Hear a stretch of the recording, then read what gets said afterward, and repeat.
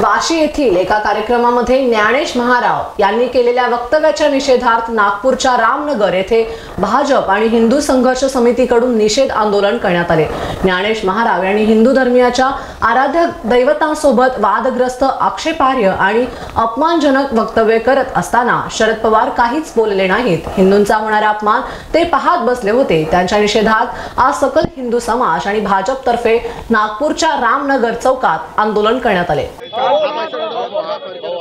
आजचा जो निषेध आहे ह्या दोन व्यक्तींच्या विरोधात सर्व हिंदू समाज हा एकत्र झालेला आहे।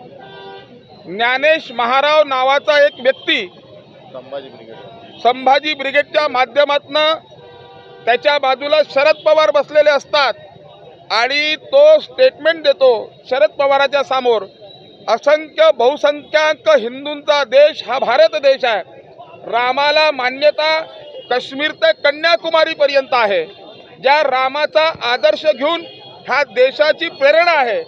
परमपूजनीय बाबासाहेब आंबेडकरांनी जेव्हा संविधान लिहिलं त्यावेळेस त्यांनी सांगितलं होतं की मी ह्या देशात रामराज्याची कल्पना करतो आहे, रामराज्य झालं पाहिजे।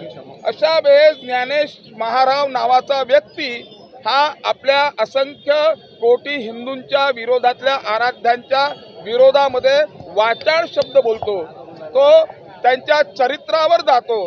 ज्ञानेश महारावची लायकी तरी आहे का? ज्ञानेश महारावची लायकी रामाबद्दल बोलायची नाही तर एखाद्या चांगल्या संताबद्दल बोलायची सुद्धा लायकी नाही आहे। ज्ञानेश महारावला हे माहीत नसेल, ज्या दिवशी तो मरेल त्याला समजेल की नाही समजेल, पण त्याला जो खांदे जे 4 लोक देतील आणि त्याच्या पाठीमागे जे 8 लोक राहतील, हे 12 लोकही श्रीराम जयराम जय जय राम म्हणतील, तेव्हाच त्याला मुक्ती सुद्धा मिळेल। ज्ञानेश महाराव सारखा व्यक्ती, वाचाळ व्यक्ती असा बोलतो आणि शरद पवार सारखी सुज्ञ व्यक्ती शरद पवार ती ऐकत असते। शरद पवार हे काही हिंदू नाही आहे, हे पण हिंदू विरोधी आहे, हे आतंकवाद्यांना समर्थन करणारे आहेत, जितुद्दीन आव्हाडांना समर्थन करणारे आहेत। शरद पवार एका ठिकाणी सांगतो मटण खाऊन मी मंदिरात जातो, हे त्याला शोभतं का? हिंदू संस्कृतीच्या विरोधात केवळ सत्तेसाठी आणि मुस्लिमांचं तुष्टीकरण करण्यासाठी हे प्रयोग शरद पवारांचे चाललेले आहे। कुठे मराठा कुणबी समाजामध्ये वाद निर्माण करणे, कुठे ओबीसी मराठा वाद निर्माण करणे, कुठे हिंदू बौद्ध वाद निर्माण करणे, कुठे हिंदू मुस्लिम वाद निर्माण करणे, ही शरद पवारांची खेळी ही सत्तेसाठी आहे।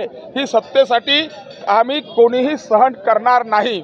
दुसरं, आम्ही सर्व हिंदू आहे, आमच्या देवाबद्दल जर बोललं तर ज्ञानेश महारावाला आमची चेतावणी आहे की तुला खांदा देणारे लोक श्रीराम जयराम जय जयराम नाही म्हणतील, जे त्याला म्हणायचं असेल ते म्हणत जाईन, पण त्याला घाटावर पोचवायला आम्ही जागासुद्धा देणार नाही, इतकी आमची हिंदूंची ताकद आहे। आणि हिंदूंवर त्यांनी यायचं नाही। ह्या छत्रपती शिवाजी महाराजांनी हिंदूंच्या रक्षणासाठी भगवा झेंडा हातात घेतला आणि सर्व मुसलमान शाही कापून, आक्रांतांना कापून हिंदवी स्वराज्य छत्रपती शिवाजी महाराजांनी स्थापित केलं।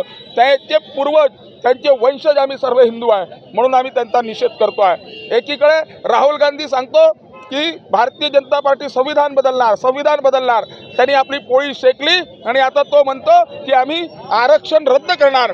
आरक्षण रद्द करण्याच्या कोणाच्याही बापामध्ये दम नाही, राहुल गांधीच्याही बापामध्ये दम नाही, जो आरक्षण रद्द करू शकणार, त्याला आम्ही सहन करणार नाही। आरक्षण हा आमचा मूलभूत अधिकार आहे, तो परमपूजनीय बाबासाहेब आंबेडकरांनी आम्हाला दिला आहे आणि तो आरक्षण भारतीय जनता पक्षाचं किंवा हिंदू विचारांचं, राष्ट्रवादी विचारांचं सरकार राहील, राष्ट्रभक्तांचं सरकार राहील, तोपर्यंत दलित ओबीसी सर्व समाजाला आरक्षण मिळत राहील। ज्ञानेश महारावांचा आम्ही निषेध करतो आणि ज्या दिवशी तो मिळेल, नागपुरात मिळेल, त्याचं तोंड काळं केल्याशिवाय आम्ही राहणार नाही।